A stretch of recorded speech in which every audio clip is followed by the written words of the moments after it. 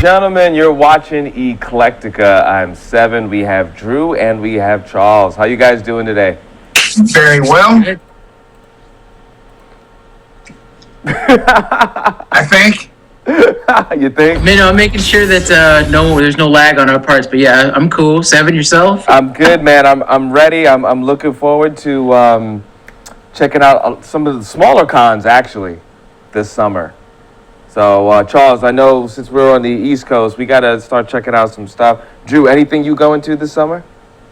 Yeah. There's basically for me family tradition. I'm going to Anime Expo. Nice. This is going to be July 1st through the 4th. At the Los Angeles Convention Center. It's going to be major. Been going there since 2005, 2006. So I've been going there since, high school, basically. One of our mutual friends, Black Crystal, she's going to be there. So be ready to see like her cosplay and all that madness. What else we got? San Diego Comic-Con. I don't know if I'm going to be going to that one yet, but that's going down. We have E3, which is also coming up soon. Everybody knows what's going down with E3. Get some tickets for E3, man. You guys need to come out, man. Go to that. That's going to be major. E3. Yeah. I feel like, I don't know, I say this often, but when it comes to a lot of conventions like Comic-Con, E3, they're a place where people go for like announcements. You go there because that's where you see the new trailers, where you see the special features, where you see like the exclusive stuff that then gets, leaked out to the masses, so we can all get hyped and ready to go out and buy these video games and whatnot, or purchase like comics or watch movies and whatnot. But they're just fun. It's just all part of the process, man. Like you go there, you have all the cosplayers that are doing their thing because they come out in full force. You get to see some exclusive stuff, buy some merch. It's just this really great monumental experience that we go to every year. So some good stuff coming down the pike. There we go. Now, go to E3. Always, that's like a dream of mine. So hopefully next year, man. Now with you actually started playing Mirror's Edge, correct, Charles? I didn't start playing. It comes out, I believe, this week. And I always tell people. I thought you got the exclusive, no? Nah, man. I thought you had the connections to give me some free games so I can play or something, man. Oh man. But the thing with Mirror's Edge, I think. If anyone knows anything about free running or parkour, that game predicted it down to the T. It had it. I mean, it felt like you were free running when you played the game. And I tell anybody, that is a hidden gem for the Xbox 360. If you can find that game, the original Mirror's Edge, you can probably pick it up for like $5. Get that game. Take some Dramamine because it might make you sick. Because it might make you sick, man. But how the people move. The physics of the game were just on point, and I'm praying that they stay on track. I heard that it's open environment this time. It's wide open. You can pretty much pick where you want to go, and I'm really looking forward to playing it because it's really something that colors outside the lines when it comes to gaming. Any word on Overwatch? I played the actual beta of Overwatch. I didn't get to play the final game, and the beta was solid. It was a lot of fun. I think Drew touched on this last week. The list of characters is just ridiculous. And I was trying to tell somebody, it's like Team Fortress on steroids. That's what it's like to me. I mean, they did a great job. And I think it's the shooter game that a lot of people have been waiting for. I think like Halo to me and all these other games, I don't know, man. They're trying to ride out a dead wave. You know what I mean? It's like they're really not giving anybody anything new. They're just milking people for the money, and I think Overwatch came in and filled the gap what people were looking for. So great job, Blizzard. Excellent game. Yeah, Blizzard, they're killing it right now, man. What are you holding up to? Oh, the Battleborn. So by comparison, again, we can't keep comparing Battleborn to Overwatch. Like, we just can't do it. They're two very different games. Overwatch, as of right now, it's winning with me as champ just because, not because of the gameplay, because as I always say, I'm not a first-person guy, but the characters are so enjoyable. Like, they have these cinematics. Blizzard put out like a series of cinematics which take you into the world of Overwatch that I saw online, and it's just great. Their world is just fantastic.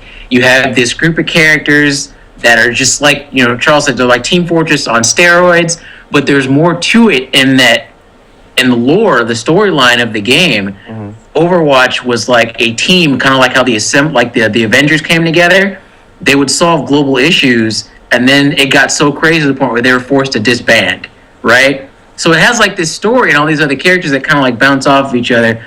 Battleborn, again, this is just through like lack of, search on my part, but I don't feel that same sense of the story. I get it's like a sci-fi thing. There's like a lot of, colorful, unique characters, but I'm not getting that same sense of like depth in their world and their characters. Game, man. It's It's all over the place. It's like they try to mix and match too much stuff. I mean, if you're going to make a shooter, make a shooter. But again, it's like a first-person shooter mixed with a card game and an RPG all mixed into one, and it's just too much crap going on. You get distracted while you're playing. And just to piggyback on what you were saying about Overwatch. Now, I remember before Overwatch came out, they had like a little anime short. I wouldn't be surprised if they do a full-fledged flick on this thing. It could have been, dude. It could have been. I mean, they have to definitely do it, and I think it would do phenomenal. I really do, if they write it right, because they have a lot of stuff that they can do just off the characters alone. It would make a wicked film, man. Blizzard, I'm telling you, man, when it comes to Blizzard, they are marketing geniuses over there. They have the writers come in and write these little like short vignettes, these little short films that get you completely pumped for the film, like their games. And you could play the game and be like, this is ass, I'm not really into this. But you'll still look at that other thing and be like, wow, that animated short was great. Overwatch very well could easily be like its own animated series or animated film, just by like the tone and how they set it all up. Yeah. But oh man, because I didn't get this from Battleborn. I didn't even know it was going to be a video game. I'm like, man, this is a bad cartoon. It's going to be like, oh, this is a new cartoon. I'm definitely going to check out. Yeah. Oh yeah. But I don't know, man.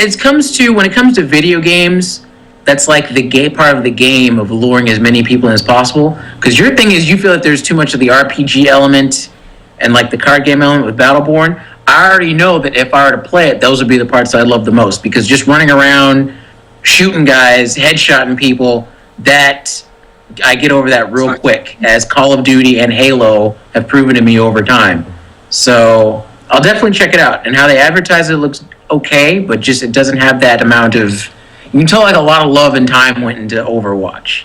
And I feel like Battleborn is just kind of like piggybacking off of the popularity of the other game, Borderlands, which I love. Borderlands is awesome. Also, I want to give a shout out to the fellas in Baltimore, Maryland that are going to be watching Eclectica tonight. Great to meet you. Great conversation. They actually piggybacked on some of the comments that we discussed with Batman versus Superman. And how we were waiting for that our whole lives, and they slipped. Since the 90s, dude. Since the freaking 90s, we've been waiting for that movie. So, and there's, do you guys hear about the extended cut that's supposed to come out soon? That's like 3 hours. No. That'll just be more Batman. Dude, I'll have to go to the movies with some Pepto or something, man. Just make me sick to my stomach again or something, That'll be, that extended cut Blu-ray, which I'll check out, whatever. But well, one good thing about that, there's a transition to The Flash. We will have a Flash movie. Oh, they got a. I forgot the brother's name. They got a brother going to direct it. I don't know. Is that Concrete? Let's forgot what the guy's. I'll look it up right now. Just give me 2 seconds. But yes, since Seth Graham Smith, he abandoned ship, which I think is personally for the best. We've since got the Dope director. Not as in he's a dope director, but you guys, the movie Dope. That was the movie. Rick Famuyiwa is his name. He directed an indie film called Dope, which came out not too long ago. It was a great movie, great film. It's definitely called out to like the, I guess you can call him like the Afro nerd, like myself, like Seven, like Charles. Not to tell you guys with me, but it was like a movie that was made for us who were like, we kind of came up in the 90s. And we liked the music, the vibe, the dialogue. It was just great. It was intelligent. It was quirky. It was fun. Having him come on board for The Flash could definitely be a game changer for Warner Brothers.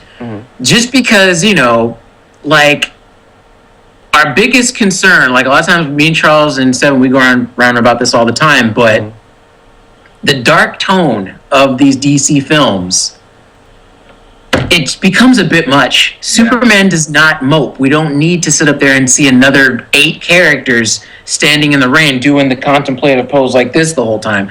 Like, No, Drew, do it right. I'm so powerful. yeah, I have to, in order to do it, I have to turn. I don't know what to do. And then turn back. So it's, I think bringing Fumu on will be a definite breath of fresh air. And I think this is also Warner Brothers, maybe, I might be reaching for this. This may be Warner Brothers finally getting the hint that, variety is a good thing. Right. Diversity is a good thing. In order to garner a bigger audience and solidify a larger fan base, you have to start appealing to people that, live outside of Orange County. Right. Just a thought. So I think it could be a very good turn for them in terms of directors. They also have James Wan, who is the director of the Fast and the Furious movies, and he did another movie called Insidious, which I really loved. He's going to be doing Aquaman. So he's Asian, for those who didn't know, and his style, you can tell that he dips into very different elements for each film. He has this high octane type of action pace, way of doing his films. That could be good for Aquaman. How you would film an entire scene underwater, I still don't know how to do that conceptually. Right. How do you have people talking when they're underwater and have that whole thing get carried out? So that'll be interesting to come They'll across. talk with their minds. That's stupid, because then you just have people that are sitting there just looking at each other, looking at the camera, and then have dialogue. Wait, Drew, say something to me right now. You can't understand. But with your mind. And then you just, or you can do this thing which just looks silly on camera. It's just, I've seen people do that in cartoons, though. That's how they kind of worked around. I'm talking to the dolphins. You have the little bubbles, and that's how he's gonna. Or you get the joke where he talks to fish. I'm like, nah, man, we gotta think of something else. That will not work. Oh, so not to divert too far off the topic. Right. So, Aquaman, we always talk about this stuff, and then we get news on it. It's funny. I think, Charles, you're right. They're listening to us, and they just don't want to say anything. Mm-hmm. So the rights for Namor, right?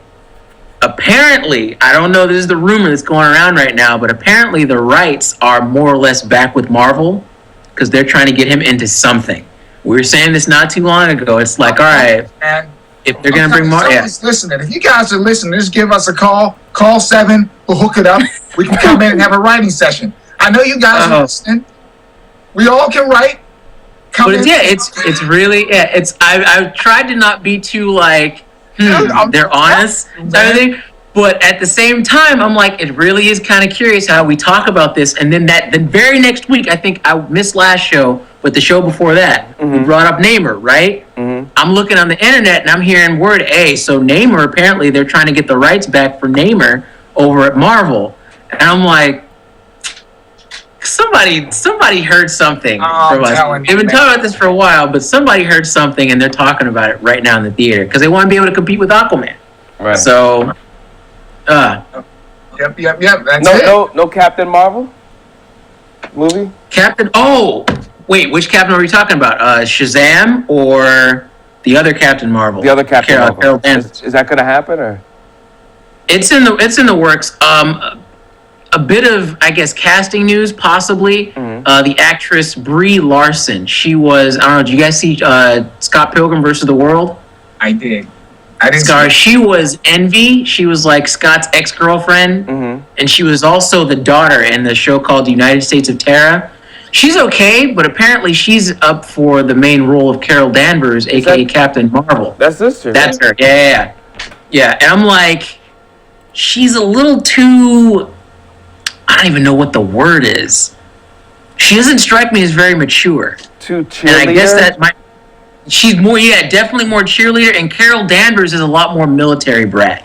I don't know how they're gonna. Maybe they see something I don't, but I don't know how I feel about that so far. Now, as far as Shazam, hopefully I'm right here. Wasn't The Rock up to play Shazam? Are they still doing that? Or? The Rock. Okay, it goes like this. The Rock is gonna be Black Adam. He's the enemy of Shazam. Gotcha. He was the previous owner of Shazam's powers. And he was way back in in ancient Egypt and stuff like that. He went power mad, and the wizard who basically created the persona of Shazam, or Captain Marvel rather, he took away his powers and basically banished him to like the darkness of space and stuff like that. So The Rock as that particular villain will be awesome. Channing Tatum, I think, is rumored to maybe be Shazam. We don't know if that's going to be the case yet because he's already Gambit over at Fox. So I don't know how that's going to. Yeah. I don't know if that's going. That's just a rumor. But we'll see. We'll see. Captain Marvel. Again, they can't make him dark. They can't have him standing in the rain, looking down, all sad and crap, talking about humanity. Everyone has to have their own personality, you know, and that's where they mess up, man. Everyone has a personality, and I think even like with the cartoons, that was like one of the best things. You know, you got Batman. Batman was just always on, you know, just basically rude ass. You know what I mean? Just tell you how it is. Then you have Superman coming and try to be. It's like good cop, bad cop. Good cop, bad cop, yeah, exactly. Jon Stewart comes in. He has basically the same attitude as Batman. But you know what I mean? It's like it all worked. But you get the films, they all play off. Yeah, you get the films, they're all the exact same. Well, you know what, you guys, it's a good transition. I'm hearing a lot of buzz on the internet as far as the Teenage Mutant Ninja Turtles. Definitely since the last film, but definitely people are still kind of upset how they went from, you know, these guys, and then they went to these guys here, and now it's like, you know, they're becoming less turtle. And Seven, you want to know what's funny about all those characters, all those iterations, rather? They're all balls crazy. So what do you care? Like, what difference does it make? It's a silly. No, they have a silly origin. They're pet shop turtles that get hit with ooze. They grew up in a sewer, learned ninjutsu, and their favorite food is pizza. All right. What is there to be irritated about when it comes to that source material? Shut up. Just watch the movie. That's not my Ninja Turtles. I'm like, dude, they're still pizza-eating 6-foot-tall turtles that somehow learned ninjutsu from a talking rat. It's a balls crazy origin story. What are you mad about? I'm so getting angry over there. Are they talking about how they evolved, how they don't look the same, or it's the nostalgia thing, that whole pure, like, you know, tribalist mentality of these are the turtles that I knew from the 90s and the 80s. So they should never change. If you try to change them in any way, shape, or form, you're ruining my childhood, is the quote. I'm like, dude, if you try to take the original Ninja Turtle cartoon and make that into a movie, that's not going to work. It's not going to carry over. You'd have to walk out the movie. It'd be boring. So I mean, you have to amp it up. You have to. You would have to make something. At least, fit it to where you can make it into an actual film. Like, people are going in on the Ghostbusters because, you know, well, they took all the characters and they made them like women. I'm like, that. I'm not so much tripping on that, but it's the idea that for what they're doing with it, it feels more like a mindless cash grab than a legitimate attempt to revitalize the franchise. I would have thought that would have been way better if this new iteration, like the all-female cast of Ghostbusters, would have just been the following generation after Venkman. That would make more sense. They all had daughters. And then the one blonde-haired one, I can't remember what her name is. Shoot me for that, but whatever. The one hot one, she has like the little curly Q, the blonde. She has the glasses. I'm like, dude, she could have totally been Egon's daughter. And that could have been how they got the whole ball rolling. That makes more sense. I thought that's what they were going to do. That's what I thought they were going to do. Pass the torch. That's what I thought they were going to do. Like the Ghostbusters were dismantled, whatever, and they come in and basically, that's what I thought it was going to be. And now, Oh, and get this too, guys. So when they were in production of this, because you know there was like some controversy about bringing back the old Ghostbusters for the film, Bill Murray was originally supposed to show up, but he wanted to make it a part of his, like, you know, I guess contract, if you will, or like a constituent of him being in the movie where they wanted him to kill his character off. And that sparked some kind of contention between him and the studio because of the whole sequel bait thing, right? But I would have been there like, dude, no, bring him in, do a Han Solo, kill him off, because that's going to be what unifies the new team and inspires them to go. If you see like an old school, the first Ghostbuster essentially, come in, go out like a boss, and then motivate them to keep on going, that's perfect. Heck perfect. Yeah, man. Have him come in, you kill him, turns into a ghost, and you got to kill him again. I don't know about all. Oh, but that would have been perfect for it, man. And I don't know what's up with these writers. I don't know. Well, let's talk about some writers that happen to do something right, according to Drew. Preacher. Oh man, oh man. So it wasn't last week; it was the week prior to that. We had the first episode of Preacher that's on AMC, aka my replacement for that other show about zombies that I don't care about anymore. Man, oh man, this is probably one of the best pilots I've seen in a good few years. It had the action, it had the good dialogue, it had like the characters, it had the motivations, and they adapted it in such a way from the comic books, because Preacher is based off of a comic. They adapted it in such a way to where anyone can really hop aboard. You would be offended, but not too much to the point where they would have people want to like shut off in the first episode. Right. But I thought it was great, man. I thought it was great. The cast is on point. My favorite character, Cassidy, had an awesome intro where he's fighting the vampire hunters on the airplane. That was nice. Like, and then before we even get to the piece de resistance, I'm just like, when it comes to Jesse's backstory, they give you the little hints, which are taken straight out of the pages of the comic, mind you. Like, the setup was awesome with Genesis, how it goes from preacher to preacher trying to find like a perfect host. And by the time it finds Jesse, who's the main character, one of the main characters, he's just at that place where he's just like uncertain of his station and what he's supposed to be doing. He's not a good preacher, but he knows that that's what he wants to do. He wants to be the best guy that he can possibly be. And then you have my girl Tulip come in and blow some stuff up with a bazooka made out of Campbell's chicken soup. Campbell's soup cans and applesauce cans, man. Oh my God, I love her so much. So much. 2016 Foxy Brown right there, dude. MacGyver mixed with like Foxy Brown. Excellent. Excellent. Yeah, she came in throwing. And I, like you said, the great thing is, I'm in the comics, but I never got into, I knew the character Preacher, but I never got into the comics. And I watched the show and was blown away. And it's great because I don't have anything to judge it against. But I thought they did a great job, had me glued to the screen, and I'm actually excited to see the next episode. I thought they did a phenomenal job on it. They did a great job in mortgaging it for people that are fans of the comics like myself, because I did read the comics and I thought they were great. It found a way to blend what the comic fans would have loved versus what people who've never even seen the first issue would have like dug, if nothing else, and bring them in and make them interested in it. So I thought it was great. I can't wait to see more. The action sequence, I hope they keep that like almost Sam Raimi-esque tone to the action scenes, the fast-paced, zip cut, you know, that style. I hope they keep that in there. And when it comes to the lore, I'm just waiting for Saint of Killers. Like, he is basically Heaven's assassin. Mm-hmm. And he's this cowboy dude who's had probably the roughest backstory I've ever seen on a character.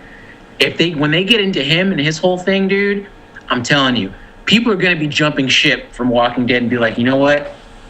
This has been real, but I'm going to go check out and see what these guys over here are doing. And I'll see you guys later. But Preacher, man. So the next episode's coming on tonight, episode 2. Best believe I'm going to be there, and I will give you guys the scoop on that on our next show. It's on, right? Episode will be on tonight. Yeah. I'm not sure what time for you guys, but for us, it's going to be around 10 o'clock maybe. Different times. Yeah, you're 3 hours behind. Yeah, we're different time zones, and I never know where anything is, so. Preacher. That's it, man. Get your popcorn ready.